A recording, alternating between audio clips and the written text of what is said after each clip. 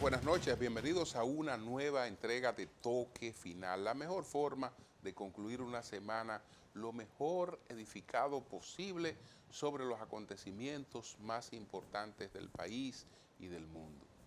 Melissa, por benevolencia de la naturaleza, resultó muy generosa con la República Dominicana porque nosotros apenas observamos, vivimos las consecuencias de los campos nubosos de, de Melissa.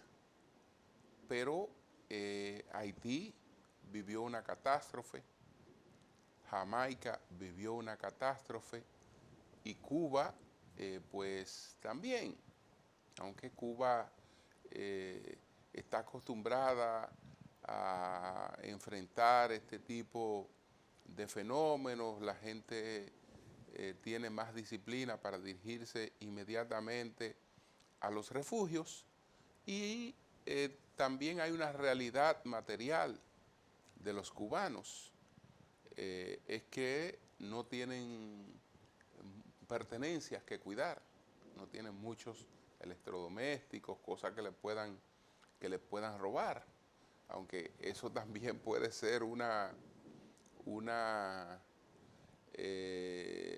desventaja, porque bueno, entre menos tiene la gente, más cuida lo poco que tiene. Sin embargo, los cubanos son más ágiles para dirigirse a los refugios y es evidente que su precariedad material favorece ese tipo de cosas. En Jamaica, señores, 6 de los principales hospitales quedaron con daños muy comprometedores. 2 aeropuertos internacionales, toda la infraestructura quedó afectada por Melissa. Lo que para nosotros fue una tormenta tropical y ni siquiera los efectos de los vientos de esa tormenta tropical, sino solamente el campo nuboso, para ellos fue un huracán categoría 5. Categoría 5 que realmente hace mucho daño. Esperamos que tanto Jamaica, Cuba y Haití pues puedan recuperarse recibiendo la solidaridad internacional que se amerita en estos casos. Haití, lamentablemente, vive en una situación de ingobernabilidad.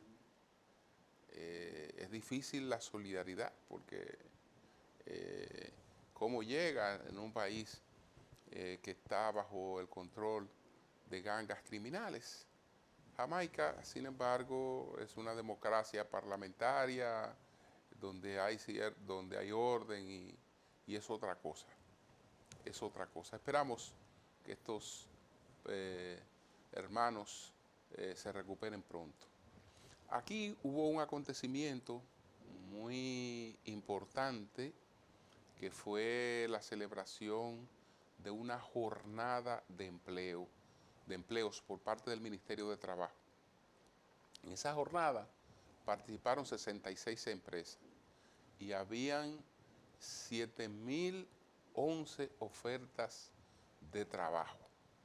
Eso es bueno porque estamos hablando de que más de 7.000 dominicanos reciben el fin de año con un empleo.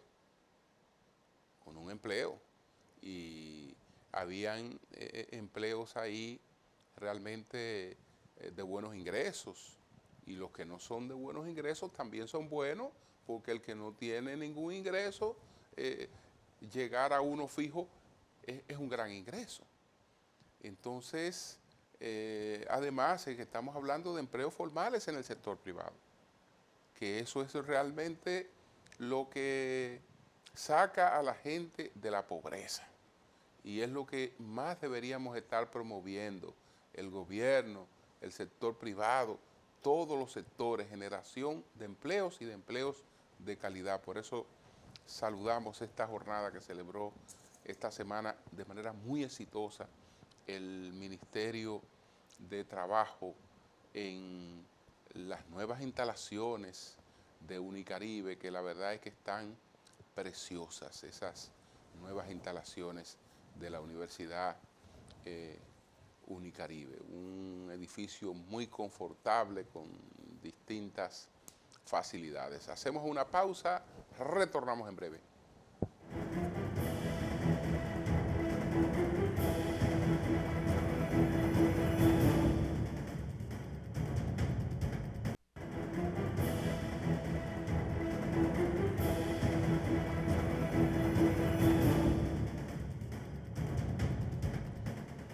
Señores, ¿cuáles fueron los temas que alcanzaron mayor impacto esta semana? Vamos a verlos de inmediato. Adelante.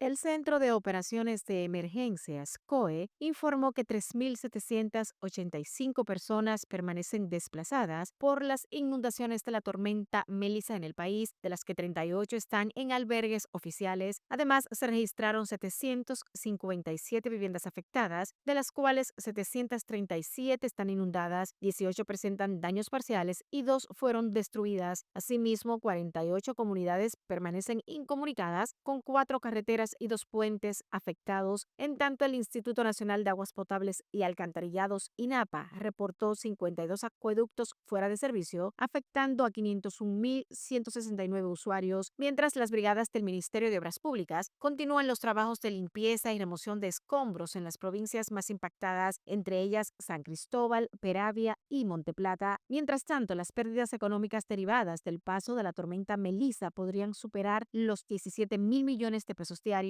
según estimaciones de economistas y gremios empresariales, mientras que la Facultad de Ciencias Económicas y Sociales de la UAS calculó que el país dejó de producir más de 10.000 millones de pesos por día en el tiempo en el que las actividades productivas fueron suspendidas oficialmente. Las estimaciones reflejan el golpe sufrido por los sectores de consumo, comercio, manufactura y agropecuario tras la suspensión de las actividades productivas en gran parte del país durante varios días. En ese mismo orden, el huracán Melissa tocó tierra la mañana del pasado martes en Jamaica como una tormenta de categoría 5 con vientos de hasta 298 kilómetros por hora, según informó el Centro Nacional de Huracanes de Estados Unidos. El fenómeno impactó con una fuerza devastadora en la zona de Westmoreland, al suroeste del país, provocando lluvias torrenciales, marejadas ciclónicas y daños estructurales generalizados. Las autoridades jamaicanas confirmaron al menos 7 muertes. El impacto de Melissa dejó alrededor del 35% del país sin electricidad, es decir, unos 240.000 clientes sin servicio, según la Compañía de Servicios Públicos de Jamaica. Los distritos más afectados son Saint Elizabeth, Manchester, Hanover y Saint James, donde se reportaron los mayores daños a la red tras su paso devastador por Jamaica, donde su fuerza ha superado al Katrina. Al alcanzar la categoría 5, el huracán Melissa puso rumbo a Cuba y Haití. Su presencia en Jamaica ha sido destructiva y ha dejado imágenes impactantes propias de una zona de desastre, declarada así por las autoridades. El huracán Melissa dejó al menos 32 personas muertas a su paso por el Caribe, con 25 fallecidos en Haití, 4 en Jamaica, el mismo número en Panamá y 1 en República Dominicana, además de un rastro de destrucción que golpeó también con dureza el pasado miércoles a Cuba. El presidente Luis Abinader encabezó el pasado jueves el lanzamiento oficial del programa RD Trabaja junto a la Jornada Nacional de Empleo. Tu empleo está aquí, en la que 66 empresas ofertan 7.012 vacantes formales en distintos sectores productivos del país. El mandatario calificó el acto como de gran significado al destacar que tanto el programa como la jornada reflejan la fortaleza de la economía dominicana y el compromiso del gobierno con la creación de empleos dignos y sostenibles. El presidente explicó que RD Trabaja no se limitará al Gran Santo Domingo, sino que se replicará en distintas regiones del país. Anunció además la inauguración de 2 nuevas naves industriales en la zona franca de San Juan, las cuales crearán empleos inmediatos para la población local. De su lado, el ministro de Trabajo, Eddie Olivares, definió la jornada como un día de esperanza, compromiso y acción, al tiempo que aseguró que el programa simboliza la continuidad de una política de Estado orientada al trabajo formal y digno. La Corte del Distrito Sur de Florida decidió reducir la condena impuesta al exdiputado dominicano Miguel Gutiérrez Díaz, quien fue sentenciado originalmente a 16 años de prisión por delitos de narcotráfico y lavado de activos. La nueva decisión judicial emitida por el juez federal Roy K. Altman fija la pena en 11 años y 2 meses de prisión, por lo que el excongresista ahora podría salir de la cárcel en el 2030. Gutiérrez Díaz, ex legislador por la provincia de Santiago, se declaró culpable de participar en una conspiración para distribuir cocaína hacia los Estados Unidos y de conspirar para lavar dinero procedente de esas operaciones ilícitas. Su arresto en 2021 formó parte de una amplia investigación internacional sobre una red de tráfico de drogas que operaba desde la República Dominicana hacia territorio estadounidense. Según los documentos judiciales, el juez Altman acogió una moción de reconsideración presentada por la defensa, que argumentó cooperación sustancial del acusado con las autoridades federales, además de factores atenuantes vinculados a su admisión de culpabilidad y comportamiento en prisión. No obstante, el fallo advierte que si Gutiérrez Díaz retorna a los Estados Unidos durante su periodo de libertad supervisada, deberá someterse a 5 años de supervisión federal según las condiciones impuestas por la Corte.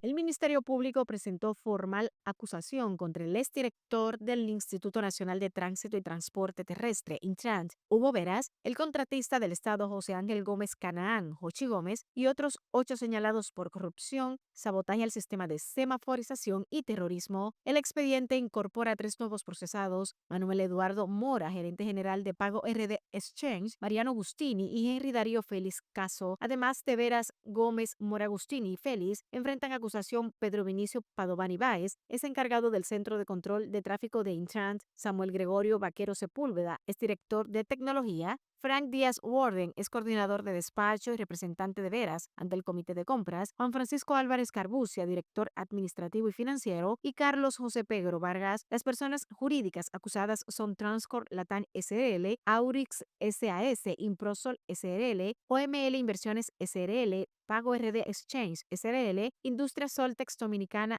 SRL y Decolor SRL. Esta última tenía contratada hasta este año la expedición de licencias de conducir. El Ministerio Público explicó que la investigación obtuvo pruebas de la existencia de diversas líneas delictivas, incluyendo corrupción administrativa, fraude en contrataciones públicas, estafa contra el Estado, sabotaje a infraestructuras críticas, contrabando, falsificación, delitos de alta tecnología, actos de terrorismo en infraestructura crítica y lavado de activos.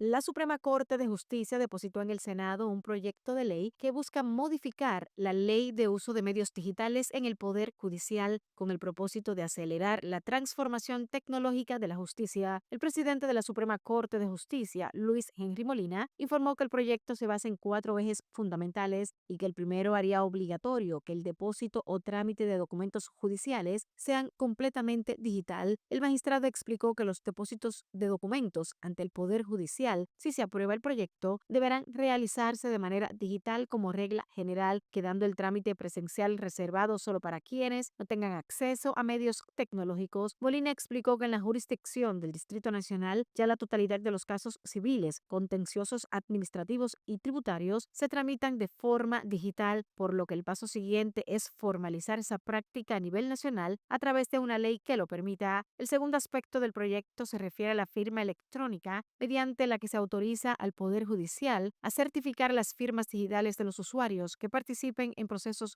judiciales. Según Molina, el Poder Judicial ya utiliza la firma electrónica en todos sus actos internos, pero con esta modificación se busca garantizar la interoperabilidad entre las instituciones públicas y el sector privado, asegurando la validez jurídica de los documentos digitales.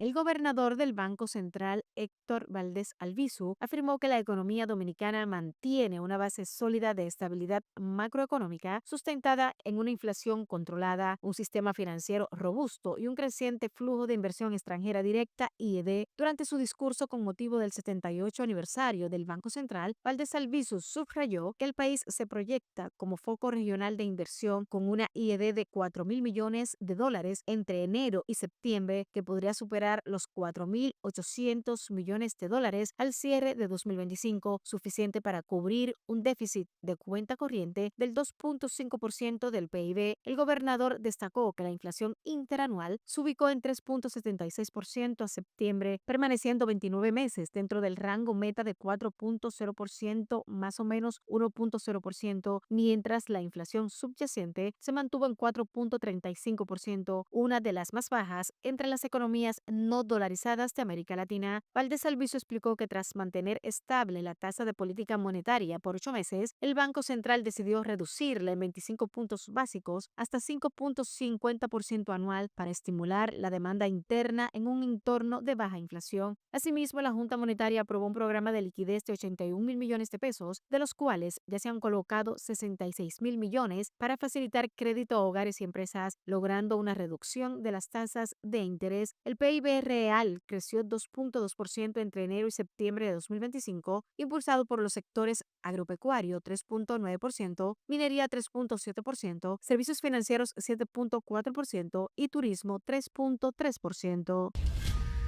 El ministro de Industria, Comercio y MIPIMES, Víctor Ito Bisonó, afirmó que el modelo dominicano de zonas francas es uno de los más sólidos de la región, con un récord de exportaciones de $8.600 millones y la generación de más de 198.000 empleos directos y 450.000 indirectos al cierre de 2024, año en que estas empresas aportaron 3.1% del PIB nacional. En los primeros 8 meses de 2025, las exportaciones del sector ya superan los $5.786 millones. Bisonó, quien presentó la ponencia Ecosistema de Manufactura Avanzada en la República Dominicana ante líderes empresariales españoles, destacó la transformación del país en un hub regional de innovación, logística y talento humano competitivo. El ministro explicó que en 2025 han sido aprobadas 49 nuevas empresas, consolidando la red de 97 parques industriales y compañías que operan en el país en sectores como electrónica, farmacéutica, tabaco premium, confección textil, joyería y dispositivos médicos. De la fabricación de estos últimos, República Dominicana es un referente regional y alberga empresas de talla mundial como Baxter, Fresenius, Cavi, Jabil, B. Brown, Cardinal Health, BD y Road Laboratorios. El titular del Ministerio de Industria y Comercio citó la Estrategia Nacional de Semiconductores, que bajo el decreto 324-24 busca integrar al país en las cadenas globales de valor de microelectrónica.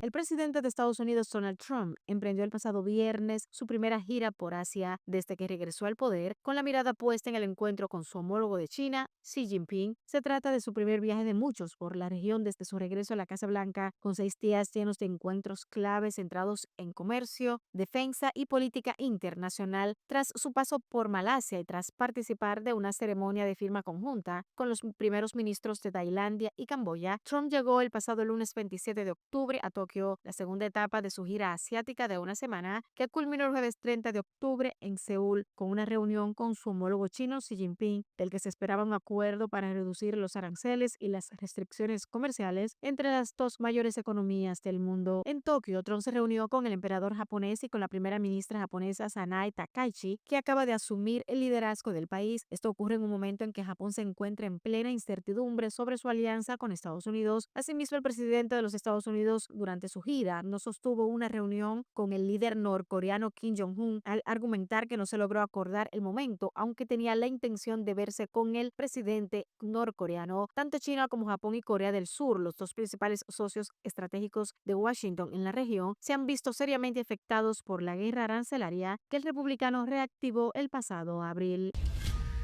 Las fuerzas estadounidenses mataron a 14 presuntos narcos en ataques contra 4 lanchas en el Océano Pacífico, informó el secretario de Defensa Pete Hegseth, lo que eleva el número de muertos en la campaña antinarcóticos de Washington al menos 57. El gobierno de Donald Trump comenzó a realizar los ataques que los expertos consideran ilegales a principios de septiembre y ya ha destruido al menos 14 embarcaciones en el Caribe y el Pacífico. Un total de 14 narcoterroristas fueron eliminados con un sobreviviente. Todos los ataques se llevaron a cabo en aguas internacionales sin que las fuerzas estadounidenses sufrieran daños, dijo Hegseth sobre los ataques realizados el pasado lunes. Hegseth añadió que los servicios de inteligencia conocían las 4 embarcaciones que transitaban por rutas conocidas de narcotráfico y transportaban narcóticos. La publicación del jefe del Pentágono incluye un video de los ataques, el primero de los cuales tuvo como objetivo 2 embarcaciones que parecían estar amarradas juntas y los otros 2 embarcaciones que navegaban a toda velocidad en mar abierto. Finalmente, La Libertad Avanza consiguió una victoria clave para el partido y el presidente argentino Javier Milei en medio de la búsqueda del fortalecimiento de su gestión. Hoy ha sido un día histórico. El pueblo argentino dejó atrás la decadencia y optó por el progreso. Hoy pasamos el punto bisagra. Hoy comienza la construcción de la Argentina grande. Estas fueron las primeras palabras de Javier Milei desde su búnker electoral tras su partido obtener un fuerte respaldo en las elecciones nacionales de medio término. Después de meses de zozobra con una derrota en las elecciones legislativas de la provincia de Buenos Aires el pasado 7 de septiembre, escándalos de corrupción y una crisis económica por la que debió ser auxiliado por Donald Trump, el líder libertario pudo festejar su victoria en Argentina con un ausentismo electoral superior a las últimas elecciones de 2023 y 2021. Los argentinos renovaron la mitad de la Cámara de Diputados, 127 legisladores, y un tercio de la Cámara Alta, 24 senadores, pero sobre todo le dieron un fuerte respaldo al actual mandatario. Con casi la totalidad de la elección escrutada, La Libertad Avanza, el partido oficial, obtuvo más del 40% de los votos, con victorias resonantes en la ciudad de Buenos Aires y las provincias de Córdoba y Santa Fe. Pero la gran sorpresa fue cómo recortó la diferencia en la provincia de Buenos Aires, el principal distrito electoral del país, donde hace casi un mes y medio había perdido por casi 14 puntos con el peronismo, y en esta elección lo venció por menos de un punto. El peronismo, reunido bajo el lema de Fuerza Patria, se ubicó segundo a nivel nacional con un porcentaje del 31.62%.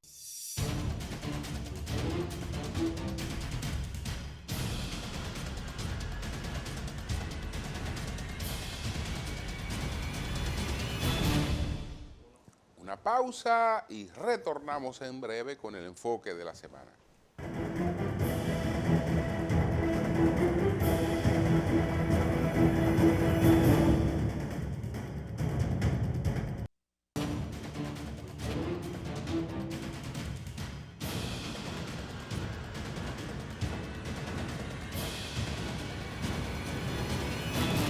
Bueno, señores, la verdad es que Donald Trump debe estar muy satisfecho con su periplo asiático. Le fue muy bien. Pudo hablar de paz en un conflicto entre Camboya y Tailandia. Él ha proclamado que ese conflicto pues concluyó, ese conflicto entre Tailandia y Camboya. Entonces, además de esto, la reunión con la primera ministra japonesa, que lo colmó de elogios, dijo que él era su candidato al premio Nobel, hablaron del regreso de la relación entre Estados Unidos y Japón a una era de oro. Trump le había planteado a Japón la necesidad de invertir más de 500 millones de dólares en Estados Unidos. Muy buena para ambos esa reunión. Y el broche de oro fue el de la reunión con Xi Jinping, donde quedaron, digamos, atrás esas diferencias que habían agudizado la guerra comercial entre los dos países. Hubo un compromiso inmediato, una medida de rebaja de aranceles. Trump había impuesto un arancel de un 20% sobre un 37% a China, supuestamente porque no estaba colaborando con la cuestión esta de la guerra contra el fentanilo. Entonces ese impuesto lo redujo a un 10%. Es decir que los productos chinos pagarían un 47% de impuesto en Estados Unidos, no un 57%. Es una mejoría, aunque todavía es un arancel, alto. En cambio, Xi Jinping le tenía cerrado el juego con los elementos de la tierra rara que son, digamos, imprescindibles para muchas cosas de estas nuevas tecnologías. Entonces tenían pendiente el asunto de TikTok, que parece que se solucionó. Dice que no hablaron de Taiwán, que hubo compromiso de colaboración para el tema de Ucrania. Estas son las dos principales potencias del mundo y el hecho de que se pongan de acuerdo pues baja el nivel de conflicto. El hecho de que estén hablando, de que estén conciliando, baja los conflictos.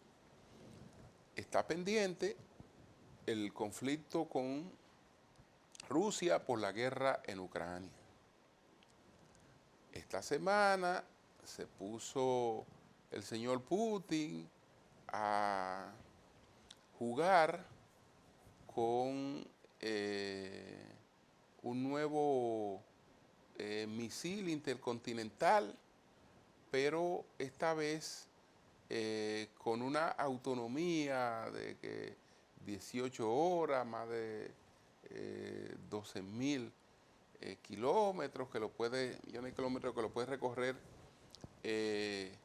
con total autonomía, con energía nuclear. Entonces esto es demostrándole a Estados Unidos, mira, te puedo dar alcance a una velocidad increíble si se produjera un ataque nuclear. Entonces Trump también mandó a que se jugara con sus armamentos nucleares, insinuando entre ambos la destrucción mutua asegurada, la posibilidad de que el mundo ya no lo sea desde que se produzca el primer lanzamiento de una bomba nuclear o de un ataque nuclear, porque el otro país tiene un tiempo muy corto, reacciona, produce lo mismo y en definitiva ya todos los países que tienen armamentos nucleares empiezan a defenderse, a autodefenderse y el mundo pues se queda para otros tiempos. Es decir, estamos hablando de una guerra que no la gana nadie. No es que el que da adelante da dos veces, no, el que da adelante le van a dar en la madre. El que da adelante lo van a desaparecer y al que le dieron primero lo van a desaparecer y el que no dio lo van a desaparecer. Es una cuestión realmente terrible. Con eso no debería estarse jugando porque errores pueden arrastrar a eso, confusiones pueden arrastrar a un conflicto nuclear. Pero bueno, uno se consuela entendiendo que nadie quiere eso, que todo el mundo apuesta a tener más poder, mayor influencia, no a destruirse o a que lo destruyan, autodestruirse y a destruir a los otros, no. Entonces, Yo creo que esto ha sido muy bueno. En verdad, proyecta a Trump con un perfil distinto, lo coloca como uno de los presidentes más conciliadores de Estados Unidos. Y fíjense que algunos conflictos que él ha conciliado, él ha sido el mismo que lo ha generado. Esa guerra de los aranceles la desató él mismo, la desata, pero después es un hombre de diálogo, que logra algunas conquistas y entonces apacigua posteriormente. Ojalá que esta reunión de estas dos potencias nos conduzca a una etapa de mayor sosiego. Hacemos una pausa, retornamos en breve.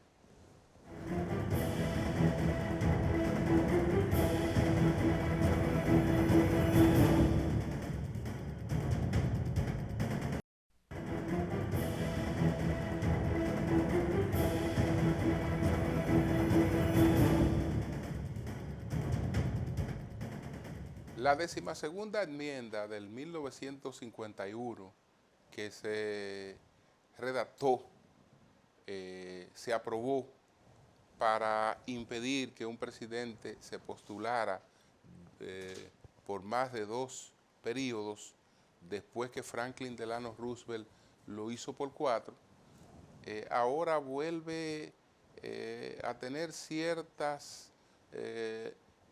cuestionamientos, porque Trump ha hablado de la posibilidad de un tercer periodo, aunque no de manera tan firme, porque al mismo tiempo él ha adelantado una fórmula presidencial que él apoyaría, que sería la fórmula de su actual vicepresidente, J. Vance, con Marcos Rubios. Preguntamos al licenciado Pelegrín Castillo sobre la posibilidad de que esa enmienda sea modificada y sobre otros aspectos de lo que ha planteado el presidente Donald Trump. Adelante.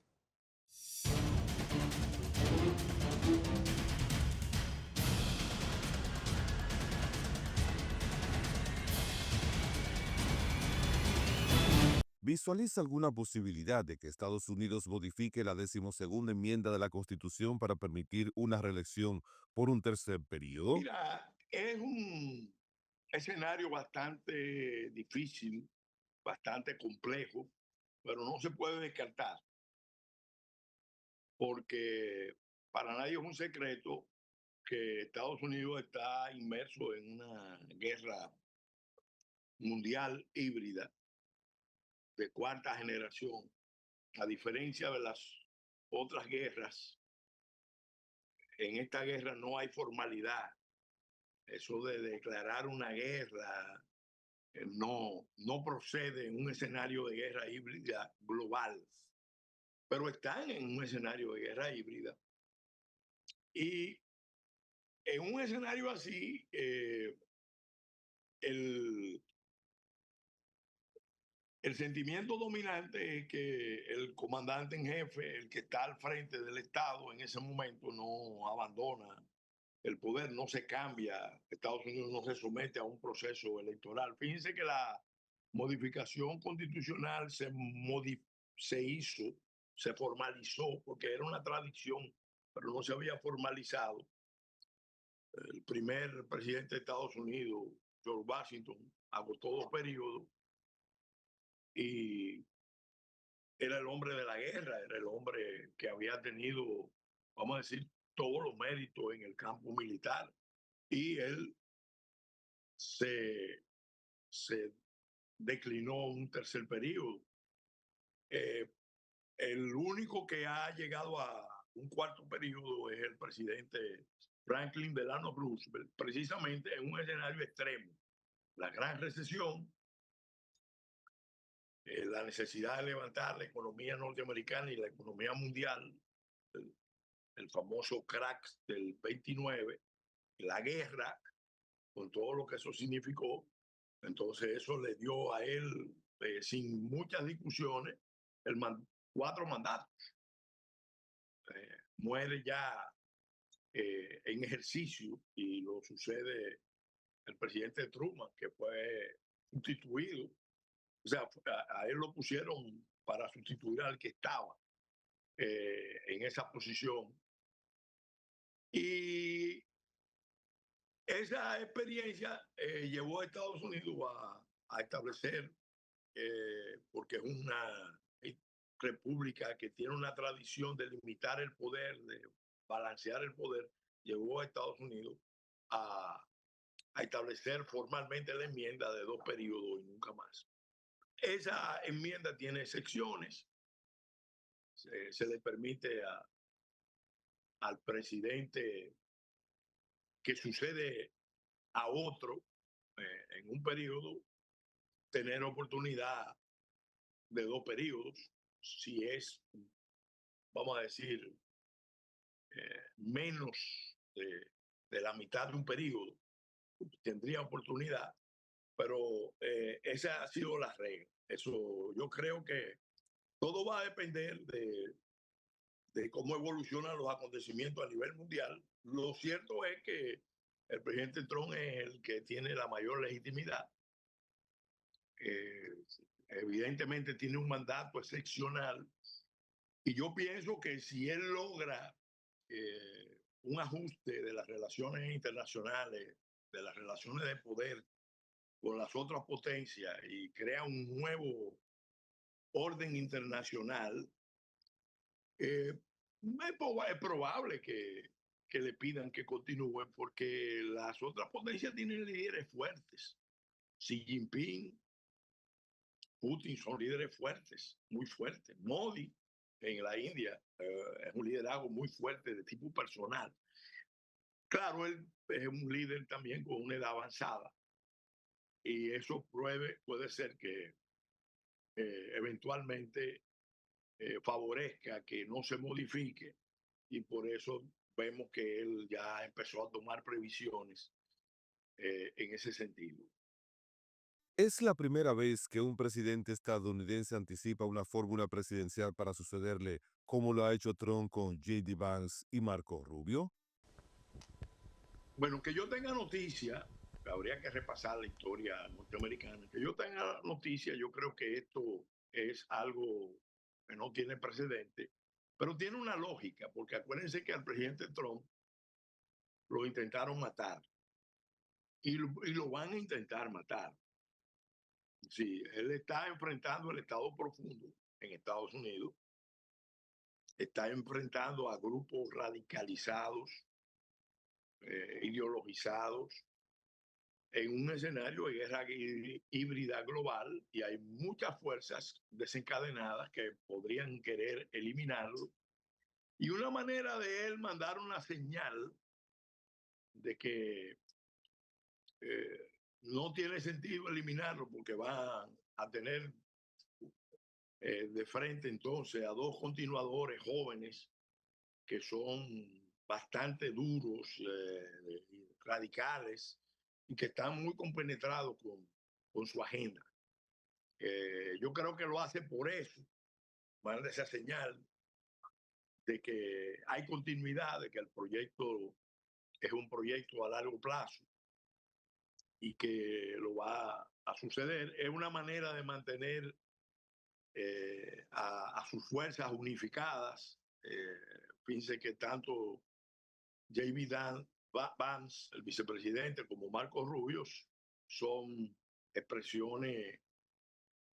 Bueno, Marco Rubio fue un exponente del Tea Party original y J.B. Dance es una figura eh, que aparece en la escena, ¿no? Que capta mucho el apoyo del norteamericano común, que siente que tiene que luchar por su país con un sentido de patriótico, con un sentido intransigente, radical.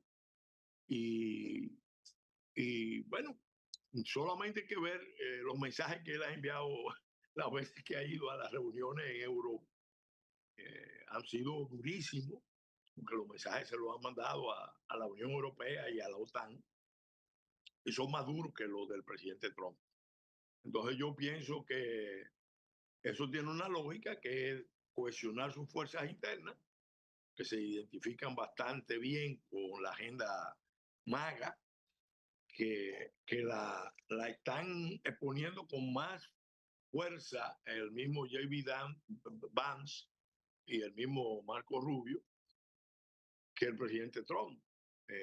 Entonces yo creo que ese mensaje lo manda para mantener todas sus fuerzas, porque viene unas elecciones de medio término, y él necesita en estas elecciones de medio término lograr retener el control de las dos cámaras. El mandato de Trump fue mandato popular, mandato por Estado y control de las dos cámaras. Entonces ellos necesitan, después de 2 años de ejercicio del poder, renovar un mandato igualmente poderoso, porque de lo contrario Estados Unidos entonces va a entrar en un escenario bastante complicado, tanto más complicado que el que ya tiene en el orden interno como en el orden internacional. Entonces tiene todo el sentido que haya avanzado la fórmula de relevo.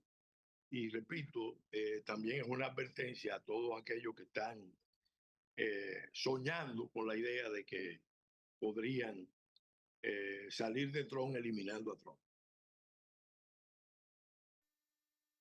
¿Se avisará algún liderazgo que pudiera promover la recuperación del Partido Demócrata? ¿Cómo visualiza una nueva aspiración de la ex vicepresidenta Kamala Harris? Va a ser muy difícil que el Partido Demócrata se recomponga. Yo creo que por muchos años el Partido Demócrata va a sufrir la consecuencia de esta gestión de Joe Biden, que fue una gestión, en el fondo fue una gestión que auspició Obama. Obama era el poder en la sombra, era el presidente que estaba realmente decidiendo las cuestiones fundamentales de Estados Unidos. Y además, eso se salió de control a unos niveles eh, sin precedentes. De hecho, yo creo que no es que estamos fuera de riesgo, pero no tengo duda de que si hubiera ganado Kamala Harris las elecciones, el mundo probablemente ya estuviera sumido en un escenario de extremo de guerras infernales, incluso de guerras nucleares regionales, y Dios nunca lo quiera, un escenario de confrontación total, porque esa política progre woke que estaban impulsando esa gente, en la forma en que la estaban impulsando, llevaba directamente a un desastre. Y yo creo que ella demostró que no tiene condiciones. En su partido no la apoyó Bill Clinton, Hillary Clinton, y el mismo Obama, evidentemente, que tampoco la apoyó, porque se dieron cuenta de sus graves limitaciones. Y eso no, ella no lo va a superar. Ahora hay que ver, porque no se nota un discurso alternativo. Ellos mismos no han hecho un ejercicio de crítica, autocrítica. Al contrario, siguen eh, manejando la misma agenda ultra radical, ultra woke, progre woke. Y la prueba está en lo que está pasando en Nueva York, con el alcalde, candidato a alcalde Mandani. Fíjense que Adams renunció y está apoyando a Cuomo. Porque el partido está agrietado, ese partido está agrietado de muchas maneras, porque lo que se hizo ahí nunca se había hecho en la historia de Estados Unidos. Ahora lo que se está probando de que, y se va a evidenciar, de que incluso en la recta final se usaron poderes que en nombre de Biden, que él no autorizó para una cantidad de decisiones finales. Todo eso va a lacerar enormemente las posibilidades del Partido Demócrata. Yo no veo por el momento que el Partido Demócrata se pueda recomponer, y en el fondo yo creo que está muy atrapado por la visión ideológica. Tiene una visión ideologizada, rígida, fosilizada, peligrosa para los propios Estados Unidos y para el mundo. Y aunque se pueda ver en Trump agresividad, se pueda ver acometividad con su equipo, porque es un equipo de gladiadores, evidentemente que para la paz del mundo y la misma paz en los Estados Unidos, es mejor que haya una autoridad fuerte central como la que están exhibiendo ellos. Es un escenario de guerra en Estados Unidos ahora mismo, para que tengamos una idea clara de lo que está pasando. Tiene cientos de miles de muertos en los últimos años con el tema de la droga y particularmente del fentanilo. Y ellos obviamente están heridos, lo saben, y están en una línea de radicalización y en disposición de cambiar las reglas. Estas decisiones que están tomando Trump con los otros líderes mundiales, lo están haciendo al margen de los organismos multilaterales, porque el multilateralismo de la ONU, eso va a ser sepultado. Igualmente el multiculturalismo. Entonces, y si no se logra eso, entonces el mundo va a caer en un periodo de caos, en un periodo de desintegración radical, como lo describe muy bien en su obra Peter Seihan, eh, titulada El fin del mundo es solo el comienzo, la cartografía del derrumbe de la globalización.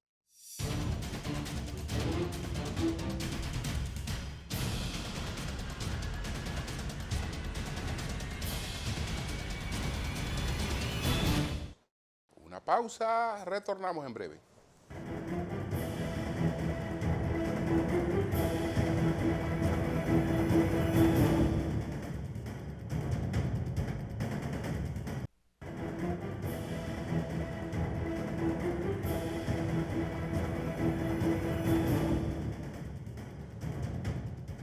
Algo queda por preguntar de la reunión entre el líder chino Xi Jinping y el presidente de Estados Unidos, que se desarrolló en Corea del Sur el pasado jueves.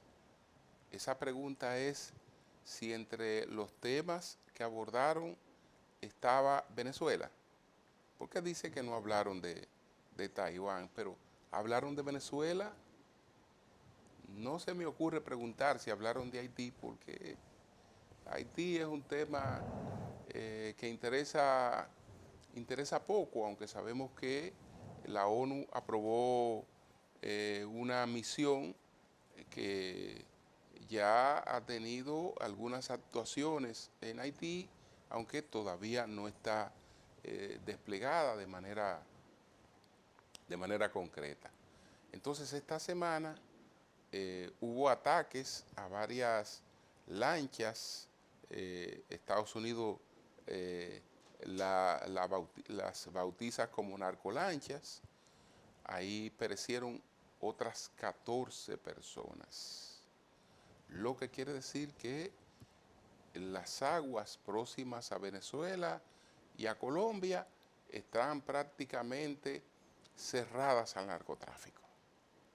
Eso pudiera tener unos efectos, porque pudiera que se estuviera buscando que los propios narcotraficantes decidieran intervenir en este caso y propiciar el derribo del presidente Maduro, porque evidentemente que no quisieran que su negocio estuviera bajo ese bloqueo y esa vigilancia, y todo eso a quien atribuyen la responsabilidad es a Nicolás Maduro, que supuestamente es un asociado de esos carteles, sobre todo el denominado cártel de los soles. Entonces, ¿qué va a pasar con Venezuela? ¿Qué va a pasar con Venezuela? Se aumentó el operativo militar con la llegada de un buque a Trinidad y Tobago, se espera otra unidad. En definitiva, uno entiende que todo este despliegue no se hace para que todo siga igual. Si no hay cambio, esto sería un tremendo fracaso de los Estados Unidos. Buenas noches.